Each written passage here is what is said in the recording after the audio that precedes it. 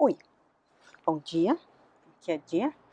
Meu nome é Milene Scott, estou aqui na Inglaterra, trazendo algumas dicas que eu aprendi aqui, que eu aprendi na vida, que eu aprendi com pacientes e que são para te ajudar a passar o luto, ajudar alguém que está passando um luto, lidar de uma forma diferenciada, fazer alguma coisa que possa fazer diferente. Algumas dicas vão te servir, algumas dicas não te servem ou não te servem no momento. E tá tudo bem, é o teu luto. Como você vai processar ele? Como você vai se relacionar com o luto? Porque o luto é isso, ele não é uma coisa que você vai curar, que você vai fixar, que você vai arrumar e não tem nada de errado nele. Luto é uma resposta natural a uma perda que você teve. E uma perda de algo que é importante, que lhe é caro. Então, as dicas são formas de gerar tributos, gerar uma boa memória, uma boa lembrança, uma saudade boa. Então eu vou trazer nesse post 3 dicas. Primeira delas, reserve um tempo no seu dia para viver o luto. Como assim, Milene? O resto do dia? Não, o resto do dia, principalmente se for no começo, vai ser uma montanha-russa. Mas, quando você reserva um tempo no seu dia, a qualquer momento, pode ser de manhã, pode ser ao deitar, pode ser no meio da tarde, sei lá, um momento que é bom para você e procure que seja no mesmo momento, é como se você fosse educando a tua memória e o teu pensamento e o teu estado para aquele momento reservado para você. O que significa isso? Você vai procurar estar a sós ou alguém que partilha desse luto? Se essa pessoa estiver no mesmo nível, no mesmo tipo de luto, por exemplo, se ambos perderam um filho, talvez ambos queiram esse espaço. E talvez cada um, no mesmo tempo, em algum lugar diferente para viver isso. Isso é respeitar um ao outro, porque às vezes algumas pessoas gostam de chorar no colo de alguém. E algumas pessoas, isso é comum aos homens, não querem chorar na frente dos outros. Então isso pode ser na hora do teu banho. Isso pode ser caminhando num lugar que não tenha muita gente. Você vai escolher. A reserva desse tempo é uma reserva de tempo para, daqui um pouco, botar uma música que você queira. Daqui um pouco escrever, como as outras dicas que eu dei. Pode ser simplesmente para sentir dor, para sentir saudade, para trazer memórias, para mexer em coisas, fotos ou coisas do gênero. É o seu momento. Reserve como 15, 20 minutos para isso diariamente.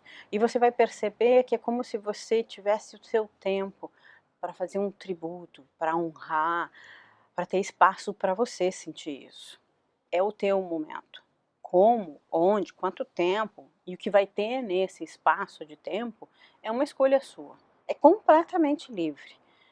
Vai ser para você, vai fazer sentido para você e você vai manter esse ritual diário quanto tempo você quiser. Daqui um pouco no começo você vai fazer 3 vezes por dia. Daqui um pouco, em alguns meses, você vai estar fazendo 1 vez por dia, 1 vez por semana, não sei. A escolha é completamente sua. Ela é livre no sentido de que o que é bom para você. E só você vai saber. Não tem como eu, por mais experiência que eu tenha tido com pacientes, ou mesmo vários lutos que eu já vivi, te dizer o que é melhor para você. Porque eu não sei o que você está sentindo. Eu vou te ser bem sincero, eu não sabia nem exatamente o que eu sentia quando eu entrei em luto.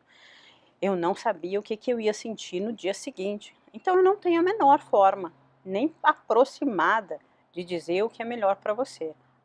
E eu não tenho a pretensão de dizer o que é melhor para todo mundo, como se todo mundo entrasse num balaio e todo mundo é igual e vai responder igual e vai se recuperar igual. Eu posso te dizer que para algumas pessoas isso vai servir e para algumas pessoas é impraticável, é muita dor. E tá tudo bem. Talvez mais tarde ela queira praticar isso e talvez ela nunca pratique isso. E é o luto dela, é um problema dela. Realmente está muito bem, está muito tranquilo. Fica em paz com isso. Segunda dica que pode ser interessante para você é comemore marcos. Como assim? pode ser os teus, por exemplo, essa semana você conseguiu começar a caminhar. Essa semana você conseguiu escrever a respeito. Você voltou a estudar, você voltou a trabalhar. Pode ser seus marcos agora, nessa nova vida, que não foi que você escolheu, mas é a que você tem para viver neste momento. E já que você ficou, tem alguma razão para isso. Então, faça valer a pena a sua vida, porque é a melhor maneira de você honrar aquela pessoa que foi. Mas também, que tipos de marcos eu posso comemorar em relação à pessoa? Datas. Faça um bolo para comemorar os anos que ele estaria fazendo. Faça uma reunião entre amigos depois de um ano, ou menos, ou mais, um mês, sei lá, uma semana, para celebrar a vida daquela pessoa, todas as coisas e legados que ela deixou. Crie marcos, crie coisas que marcam. Pode ser em relação à pessoa que você perdeu? Sim. Pode ser em relação às novas conquistas que você está fazendo, no sentido... Eu conheço várias pessoas e esse projeto que eu estou fazendo agora, que é o Joy, é em homenagem à minha filha, que foi uma gestação perdida. Isso é um marco. Cada vídeo desses que eu estou fazendo, eu estou honrando ela. Eu estou honrando porque eu só sei de tudo isso porque ela foi meu primeiro grande luto. Então é graças a ela. É um marco quando eu faço um vídeo. Vocês não sabem, mas às vezes eu gravo 10 vezes o mesmo vídeo. E já aconteceu algumas vezes de estar gravando um vídeo e o vídeo ficou perfeito. E eu olho e não apertei o botãozinho de gravar. Achei que tinha apertado, mas não tinha apertado. Então, são marcos, são conquistas, são coisas, é mais um passo que eu dei. E uma grande jornada começa com o primeiro passo. E ele é o primeiro marco. E ele é o primeiro momento. Mas a gente segue a jornada e cada passo pode e deve ser comemorado. Então a segunda dica é: crie marcos. Crie coisas que você realmente vê a diferença. Mede. É interessante. No post escrito vai ter outras coisas também. Vai lá e dá uma olhada. Checa que tem outras formas de ver isso, essa mesma dica. Elas não estão nessa ordem, mas dá uma olhada. Terceira dica de hoje e última de hoje é se conectar com o legado, se conectar com as memórias, se conectar com fotos, se conectar com cartas. O legado da pessoa é tudo aquilo que deixou. Pode ser uma história que ela te contava, pode ser uma lição. Por exemplo, meu pai, quando a gente tinha problemas com os filhos ou coisa parecida, ele dizia: não se preocupa, isso é uma fase.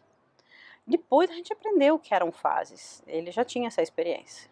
Sabe aquela coisa, isso no meu pai, isso na minha mãe, assim como no seu pai, na sua mãe, provavelmente você tem histórias que eles diziam e que na época você não entendia. Seja para você enquanto filho, ou para os seus filhos e você enquanto pai ou mãe, que você dizia: não é bem assim. E aí depois, passa o tempo e você dizia: o pai estava certo, ou a mãe estava certa. Talvez essa sensação aconteça agora, que eles já não estão mais aqui. Então trazer essas coisas é se conectar com o legado. Eu falo para o meu filho: quando a mãe dizia isso, eu não entendia. Agora, eu entendo quando é com você. Então, o legado, por exemplo, pegar um álbum, refazer um álbum de fotos, revitalizar algumas fotos, contar sobre essas histórias. Nas histórias dos meus pais tem histórias, por exemplo, minha mãe. Minha mãe, na época que ela nasceu, o pai dela era alemão. O pai e a mãe dela separaram, e a minha mãe nasceu em 41, então na época uma mulher separada era muito complicado. Então, o primeiro sobrenome que a minha mãe teve quando entrou na escola era o sobrenome do padrasto dela. Porque como tinha tido guerra, qualquer coisa em alemão era muito mal visto, lá no Rio Grande do Sul, no Brasil. Então, no segundo ano, e a gente tinha como ver isso nos registros de escola da minha mãe. No segundo ano de escola da minha mãe, a minha mãe tinha o nome de um outro padrasto. Só no terceiro ano que a minha mãe começou com o nome Vani Maher, que é do meu avô, pai dela, no 3º ano primário. 3 anos primários e a minha mãe teve nomes diferentes. Eu fico imaginando, se eu me coloco no lugar dela, como foi para ela? Como era naquela época? Que situações que ela viveu? De uma mãe separada, e separada mais de uma vez, para a época era muito complicado. Então, ela como filha, como é que era isso tudo? Então, isso é o legado, isso é a história, se conectar com tudo que ela traz na bagagem dela e, por consequência, passa para nós.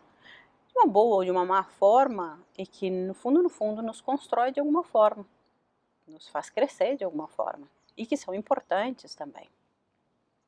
Então, por hoje, eu vou deixar essas 3 dicas, e acho que elas são importantes, seja você dar a reserva do seu tempo, no sentido de criar um espaço de luto para você. Não importa quanto tempo, aonde, que forma, que hora do dia ou quantas vezes. Segunda coisa, comemore marcos, seja os teus ou em relação à pessoa que você perdeu. E terceiro, honre toda a história. Conecte-se com o legado, com a memória, isso pode ser fotos, cartas, releia as cartas, escreva cartas, se conecte. Essas 3 dicas são boas. Experimente, algumas vão te servir, algumas não. Deixe seu comentário aqui embaixo, baixe o e-book, participe. É muito importante a sua participação. Dê like. Se eu souber que vocês estão gostando e é pela resposta de vocês, eu sigo fazendo. Se eu perceber que não me interessa, talvez eu mude de assunto. Mas nesse momento, eu quero fazer o meu melhor. Me ajuda. Você pode.